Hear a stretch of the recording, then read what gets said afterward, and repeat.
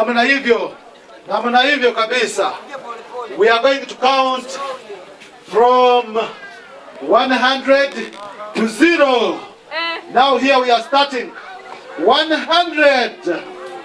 Yes, 80, 50, 10, 5, 3, 1 and 0. Yes. Why not?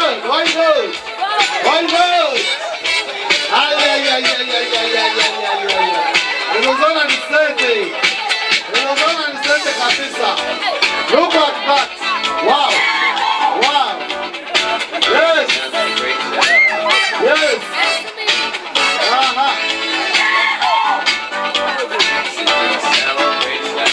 That's what they call celebration. These are celebrations kabisa. Yes.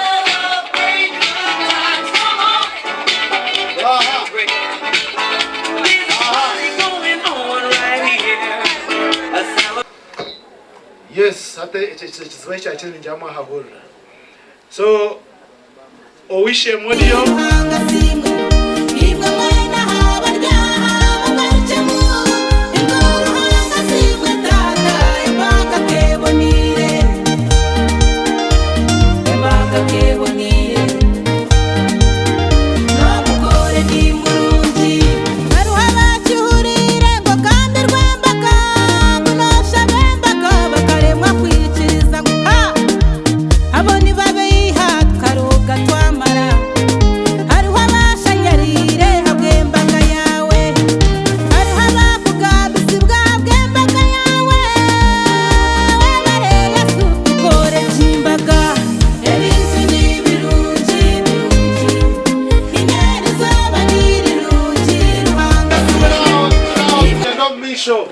Leka shine na brothers zibe bahika keki.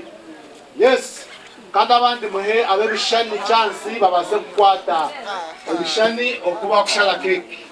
So wale wa kamera kurya nyuma ibobene wache habora omuyiguze wa kamera na washime kutworeka busema ahakwenda kwemerera eno tukamuhiguza ati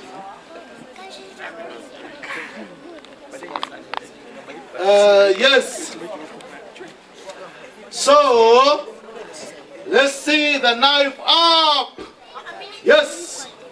Bibuli netugambira ngo haruho omusinjo go mushenyi, haruho no musinjo go rukere. Omusinjo go mushenyi likuba gworobi kubori ya ukiruko kazo mu maka nikikorobera munonga. Konka umanya ngo ejo wajombeka musinje go mushenyi. Haze enju eyombekirwa mushenyi nenjo yombekirwa harukiri niziba zitarukushana. In fact, ebingozi bya bitakizire emiyaga ngo ehuhe na nebindi noba no shango wayombekera mushenyi ibinte biye bikanguha abukwa nabayatire musente nche norabantu batine mbaga nke ezibena ngo bakore byajubaju namwe narabinje umurimo muri ati mukaterezaga haza mukombeka ha mushenyi hati obwire no buhika umuyaga guhuha hazo wayombekera mushenyi ne bwakumanywa ngo musinje gwe ukagutahamere mwacengecho. So mwichereze tumanye ngu buri kintu cyona kino musinje, especially marriage you must give it a foundation.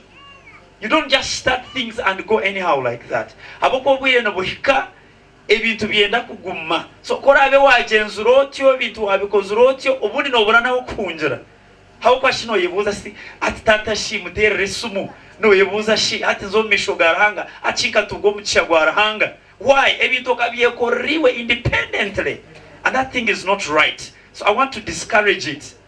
No borindeho konka waza gukora ikintu ukikora mbuteka buri kintu kijiro buryo bwacho. Marriage is not an emergency. Hinizo bari mu abantu bakijo mu office yanjye ngumbagite ntiryarish ngumbure bwa weeks nkishatu mumanye no bwire bukwingana ki ngutumanyine nko kwezi kumwe nabagira why such an emergency?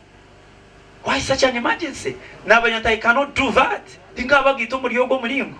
Oine kubanza wamanya mutahi wawe nawe yakumanya. Nambuza shabazire mwa mutukabatere sumu. No, we don't do things like that. Bitu no manya investment yo muzira kubatira omwana. Omwana owayihira ibere okamukuzo omwana kabo muntu. then ngo hure ngo mutwarire Kampala. It's a disgrace. It's a disgrace. Kande kanisa tuine kuchirwanisa icyo kintu. It shouldn't be like that. Girls mwine kumanya ngo mwina umukuzarwa, boys mwine kumanya ngo hina babazeire. So mind them and respect them. Give them the due respect. They deserve it because they did their part as parents.